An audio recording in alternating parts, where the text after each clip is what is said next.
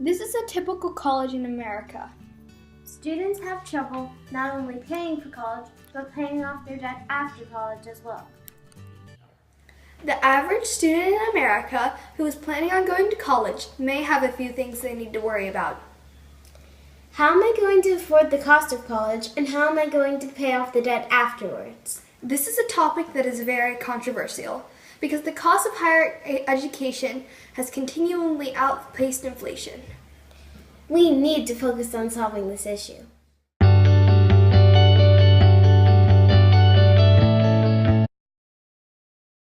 We asked Colleen DeFrank, who is Chief of Staff to Senator Fontana, if she thought we should lower the cost of public and community colleges.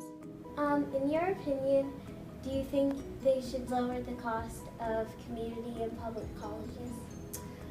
Yes, I think that we can do better at all types of colleges, funding, so that more and more students have the opportunity to go, and that's most important, but also so that once everybody leaves college, you're not swimming in debt. We asked Ashley Fox, who is assistant to Tony Lepore, if she thought we should lower the cost of public and community colleges to make it more affordable for normal people. Senate.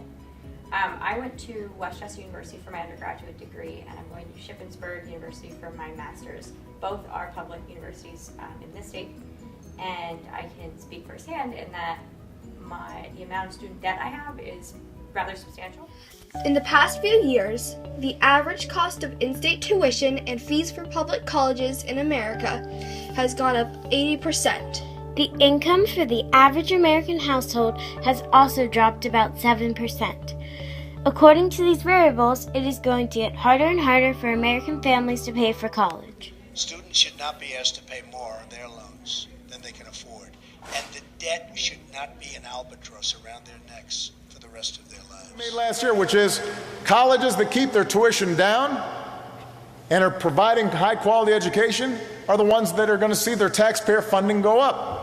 It is time to stop subsidizing schools that are not producing good results and reward schools that deliver for American students in our future.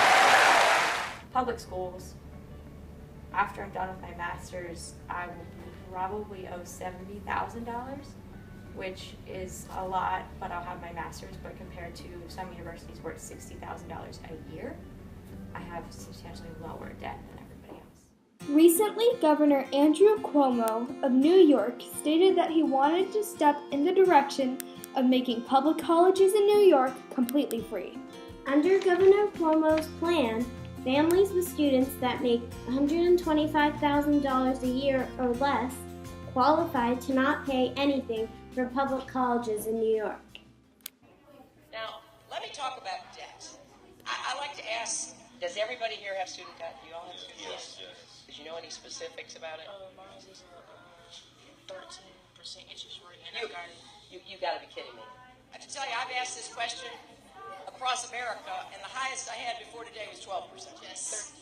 That young people are being asked to pay interest rates that are so much higher than interest rates to buy a house or buy a car or any other kind of product. Your education is an investment. That's why under my student loan program, we would cap repayment for an affordable portion of a borrower's income, 12.5%. We'll cap it.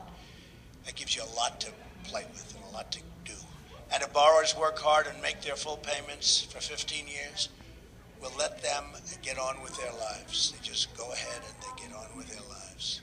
Because it's very, very hard for young people. When President-elect Donald Trump gets into office, we think he should address the issue of lowering the cost of public and community colleges and student loan debt. Because this is such an overlooked topic, we hope that the president-elect finds a solution that will work for everyone. We interviewed Lance Cole, who is a professor of law at Penn State Dickinson School of Law. The cost of higher education is a very serious problem. College costs too much for too many people in our society. And I teach law school.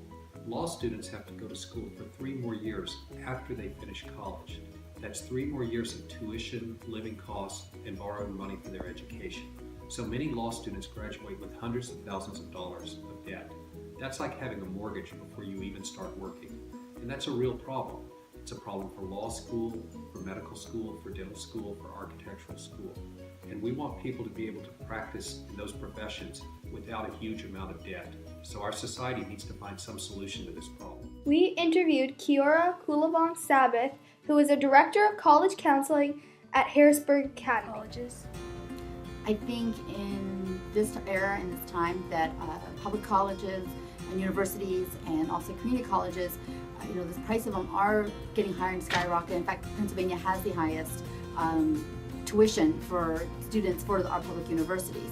So that is a concern. It's not making it accessible to students that normally would be applying to those universities due to lack of funding from the state and some federal funding. So I think that one of the things that we can do that I've heard before is do a better job of going into our middle school and high schools and working with community college and state schools to work on a curriculum that would help students be able to transfer some credits out of high school and stuff like that, so that you'd have fewer credits.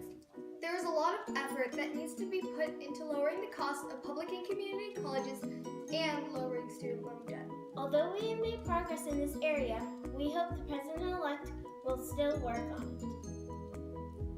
Our message to Washington is funding for college and student loan debt is a big issue that we need to work on. It affects most families across the country.